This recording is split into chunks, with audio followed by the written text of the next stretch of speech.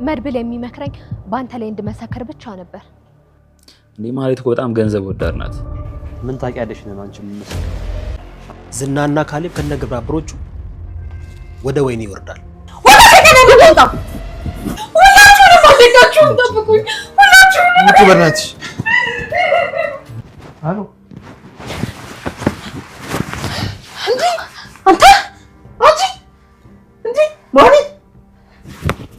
በስመ አብ ወልድ መንፈስ ቅዱስ። እዚህ ምን ትሰራለህ እንዴ? ማን ነው አንተ? እኔ እኮ ኤፍራታ ነኝ። ሜካፕ ስላልተቀባው ነው። እህቴ ምን አድርጋ? አሁን ውጣ፣ ቀጥ ብለህ ውጣ። ምን ውጣ? ምን ትሰራለህ ሰው ቤት? ውጣ። እህቴ ምን አባ አድርጋት ነው? ተረጋጊ። ምን ማቻኮል ምን ቀስ ብዬ ነው የምወጣው። ወጣ ከነገ ውጣ። ያማታል እንዴ? ይተባል እንተይደው ውጣ። አረቢያን ሱሪ ሊያዝ ቆይ ውጣ። ውጣ፣ አታሳብደኝ። ውጣ። ልዴቴን አታምጣው። ማህሌት ከቤት ተባረረች። ትህትና ዝናን እገለዋለሁ ወይም ይገለኛል የማለት ውሳኔ ላይ ደርሳለች። ሰላም ሰላም፣ ውድና የተከበራችሁ ውድ ቤተሰቦች ሰላማችሁ ብዝት ይበልልኝ እያልኩኝ ምሳሌን ድራማ ይዤላችሁ መጥቻለሁ። ተወድታላችሁ ብዬም ተስፋ አደርጋለሁ።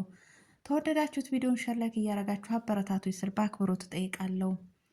ማህሌት የመጨረሻ ውሳኔ ተወስኖላታል። ከቤትም እንድትወጣም ተገደደች። ወጥታለችም።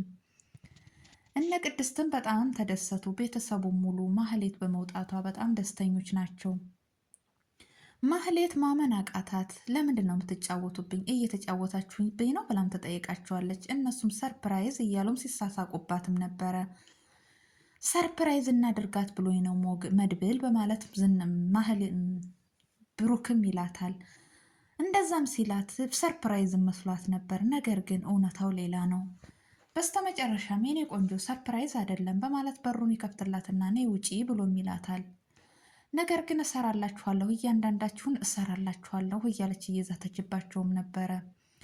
እሱም ባለፈው ከአንቺ ጋር የተኛሁት አንቺን ወድጄሽ ሳይሆን ገላሽ ምናያን እንደተጠየፍኩት እንድታውቂ ፈልጌ ነው። ካሁን ወዲያ አንቺን ማየትም ሆነ ማግኘትም አልፈልግም በማለት በሩን ከፍቶም ያስወጣታል። እሷም ስሜታዊ ሆና ተናዳ ቤቱን ለቃም ትወጣለች። ቤተሰቡ በሙሉ ደስታውን አቀረበ። አዲስ ህይወት ሊጀምሩም እንደሆነ ይናገራሉ። ቀጥታ የሄደችው ወደ ኤፍራታ ቤት ነበረ። ኤፍራታ የለችም ነበረ። በኤፍራታ ቤት መርዙም ተኝቶም ነበረ። ኤፍራታ ለመርዙ ቤቱን አደራም ሰጥታ ከቤትም የለችም ነበረ። በዚሁም አጋጣሚ በሩም አልተቆለፈም። ቀጥታ በሩን ከፍታ ትገባለች። እንዴት ነው በሩን ሳትቆልፍ የተኛችው የሚልም ጥያቄ ውስጧ ይፈጠራል። አላስነሳቻትም። ቀጥታ በጎን ብርድ ልብሱን ከፈታ አድርጋም ትተኛለች። ትንሽም ቆይቶ መርዙ ይነቃል። መለስ ሲል ካጠገቡ ሰው ተኝቷል። አላወቀም። ኤፍራታ መስላዋለች። በዚሁም አጋጣሚ ጠጋ ብሎ በእጁ ይነካታል። ውስጡ ስሜታዊ ደስ ያለው ስሜት የተሰማውም ይመስላል። በዚሁም አጋጣሚ እንዴት ነው ዛሬ አጠገቤ የተኛችው በማለት ደስ በሚል ስሜት ይነካካታል። በእጁም ሲነካት እንዴ ኤፍራታ እንደዚህ አይነት ቂጥ የላትም በማለትም ይገረማል። ማንነቷን ለማወቅ ይሞክራል። ሄሎ ማነሽ ብሎም ይላታል። በስተመጨረሻም ደንግጣ ትነሳለች። እሱም በጣም ይደነግጣል። አንተ ደግሞ እዚህ ቤት ምን አባክ ነው የምሰራው ብላም ትለዋለች። እኔ ኤፍራታ ቤት እኮ ነኝ፣ የኤፍራታ ባል እኮ ነኝ ብሎም ይላታል። አንተ ነክ እንዴ ባሏ? አንተን ነው እንዲያፈቀርኩ ስትል የነበረው በማለትም ትለዋለች። አዎ ባሏ ነኝ። የደላላ ባል አለው እንዴ? እህቴን የት አባክ አድርገሃት ነው? የት ነች እህቴ? የት አደርግካት ነው ብላም ጥያቄ ትፈጥርበታለች። እሱም እንግዲህ እህትሽ ኤፍራታ ከአዲስ አበባ ውጭ ወጥታለች፣ ቁልፉን ለእኔ ሰታ ቤቱን አደራ ለእኔ ጥላን ሄደችው ብሎም ይላታል። ለደላላ አደራ ቤት ይሰጣል እንዴ? ነገ ጠዋት ቤቱን ትሸጠዋለህ፣ ተነስና ውጣልኝ ብላም ታንቋሽሸዋለች። አልወጣም ኤፍራታ ሳትመጣ ብሎም ይላታል። ውጣልኝ በማለት ስሜታዊ ሆናም ትጮህበታለች። በዚሁም አጋጣሚ በጣም ደንግጦ ታጠገቧ ይነሳል። አንቺ ግን ጥሩ አይደለሽም፣ ምንድነው ነገር የሚልሽ ብሎም ይላታል። እባክህ ውጣልኝ ብያለሁ ውጣልኝ ብላ አሁንም ስሜታዊ ሆናም ስትጮህበትም ነበረ። ደንግጦም ታጠገቧ ተነስቶም ነበር። ውጣልኝ በማለት እሷም ተነሳች።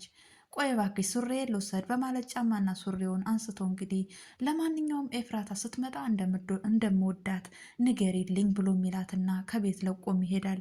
በዚሁም አጋጣሚ ሞገስና ሉላ በቤት ክራው ማጣታቸው በጣም ተጨንቀውም ነበረ። ሉላ ለሞገስ እንዴት ነው የዛሬው ጠበቃ እንዴት ነው በማለትም ትጠይቀዋለች።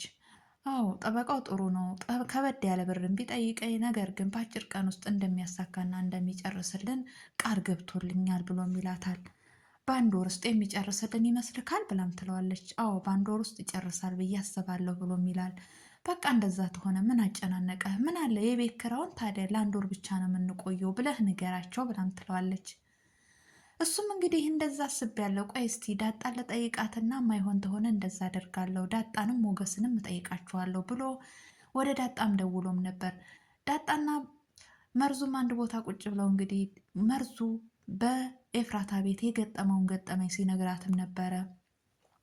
ኤፍራታ ቤት ተኝቼ ማህሌት ከኔ ጋር ተኝታ ስሎም ሲላት ነገሩን ሳይጨርስላት አንተ ባለጌ እንዴት እህትና ማቾች ብላም ትለዋለች።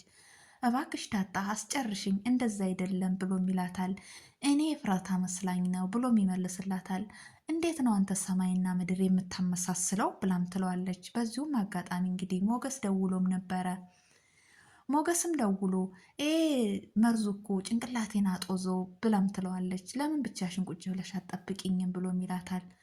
በአሁን ሰዓት እንዴት ነው ቁጭ ብዬ ብቻዬን የምጠብቅ? ዝናስ ቢያገኘኝ? ዝና በአሁን ሰዓት ከተማውን እየረበሸ እየበጠበጠ ነው አሉም ብላም ትለዋለች። አንተም በአሁን ሰዓት ላይ ባትወጣ ደስ ይለኛል፣ እዛው ቤት ብትሆን ይሻል ነበረ። ዳጣ የሆነ ነገር እኮ ልጠይቅሽ ፈልጌ ነው ብሎም ይላታል። እና ለምን በስልክ አትጠይቀኝም ብላም ትለዋለች። እሺ በቃ ዳጣ አሁን ላይ በጣም ብር ቸግሮኛል፣ የቤት ኪራይ የ3 ወር ቤት ኪራይ ክፈል ተብያለሁ እና ከአባትሽ ላይ 30 ሺህ ብር ትጠይቅልኝ እንደሁ ብዬ ነው ብሎም ይላታል። ወይኔ ሞጌ በአሁን ሰዓት አንተ ብር አጣህ በማለት በጣም ስሜታዊ ሆና እሺ በቃ አንተም ወደ ቤት ተመለስ፣ እኔም አባቴን ጠይቄ ነገ ልክልካለሁ የሚል ምላሽም ትሰጠዋለች። በጣም ይደሰትና አመሰግናለሁ ውለታ ከፍላለሁ ብሎም ይላታል። የምን ውለታ ነው? አንተ ብዙ ውለታ ውለክልኛል፣ የዋልክልኝን ውለታ መቼም ቢሆን አልረሳውም በማለት እሷ ምስጋናዋን አቀረበች። በዚሁም አጋጣሚ እንግዲህ መድብልና ሞገስም አንድ ቦታ ቁጭ ብለው መድብል ለሞገስ አንዳንድ ነገሮችን ምኞት ተመኝቶለታል። እሱም ምንድን ነው ጠበቃው እንዴት ነው ብሎም ጠይቆትም ነበረ። ጠበቃው ጥሩ እንደሆነና ንብረቱን በአጭር ጊዜ ውስጥ እንደሚመልስለት ነግሮኛል ብሎም ይለዋል። አዎ ጠበቃው በአሁኑ እንኳን ሚስቴን አላሳይም ብሎም ሲቀልድበትም ነበረ። በቃ ቆንጆ ያገባና ምን እያለም እሱን ተረትም ሲተረትበትም ነበረ። በዚሁም አጋጣሚ እኔ ንብረት የተተመለሰልኝ ያንተን አልባብ ለማስመረቅ ቃል እገባለሁ ብሎም ይለዋል። ታው ቃል የእምነት ዕዳ ነው ቃል አትግባ ብሎም ይለዋል። ምንም ችግር የለውም አብሽር በማለት እንግዲህ በጣም ሲያስደስተውም ነበረ። መድብልም በጣም ተደስቶ ችግር የለውም እናንተ ብቻ ደህና ሆኑልኝ፣ ምንም ነገር አልፈልግም በማለትም ይለዋል። ነገር ግን ታደርግልኛለህ በማለት ደስ የሚል መልስም ነበር ሲመልስለትም የነበረው። በዚሁም አጋጣሚ መድብልንም ገንዘብ እንደቸገረውም ጠይቆታል። ምንም ነገር አንተ ቢቸግርህ እኔ ከጎኔ ነኝ፣ እኔ እያለሁ አንተ ወንድሜ መቼም ቢሆን አትቸገርም፣ ያንተን ችግር ለመሸፈን እኔ ኃላፊነቱን ወስዳለሁ የሚልም ምላሽ መልሶለታል። እንግዲህ ሞገስ ከዳጣም የተመለሰለት ከሞገስም የተመለሰ ከመድብልም የተመለሰለት ምላሽ በጣም ያስደስት ነበር። በጣም አስደስቶታል። በዚሁም አጋጣሚ ማህሌት ለዝና ደውላም ነበረ። ለዝናም ደውላም ተገናኝተዋል። ለምንድን ነው ከቤት የወጣሽው ብሎም ይላታል። በጣም ሲያሰቃዩኝም ነበረ፣ እያዩት እየሰሩት እያሳዩኝ ያለው ነገር ጥሩም አይደለም ነበረ። በዛ ላይ ደግሞ በዝና ትመሰክሪያለሽ እያሉ እያስፈራሩኝ ነው። ምንድን ነው ስለኔ የምትመሰክሪው?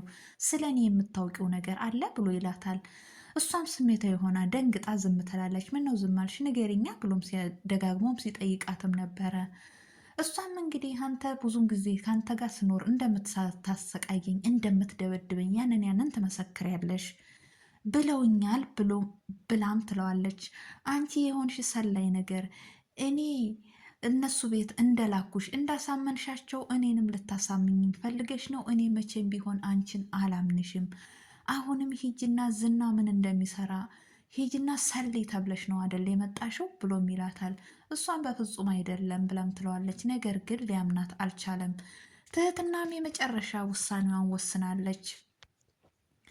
እግዚአብሔርም ቢሆን ስንንቀሳቀስ ነው እንጂ የሚረዳን፣ ዝም ብዬ ቁጭ ብል ምንም አላገኝም። ስለዚህ ዝናን ወይንም ወግቼው ወይንም ወግቶኝ እሞታለሁ እንጂ የማለት ውሳኔ ላይ ደርሳለች። የሆነ ቢላ ይዛ እንግዲህ ዛሬ ወይንም እወጋዋለሁ ወይም እሞታለሁ ወይም እወጣለሁ በማለት እሱን ያሆነ አጉል ቦታ ላይ ወግቻው ቁልፉን ተቀብዬ መውጣት አለብኝ በማለትም ወስናለች። እሱም ቁጭ ብሎም እንግዲህ እንዳለ ለምንድን ነው ተኔ ጋር አብረከኝ የማታድረው ብላም ትለዋለች። እኔ የምወዳት ሴት አለች እንዴት ነው እንደሱ አትበይኝ ብሎም ይላታል።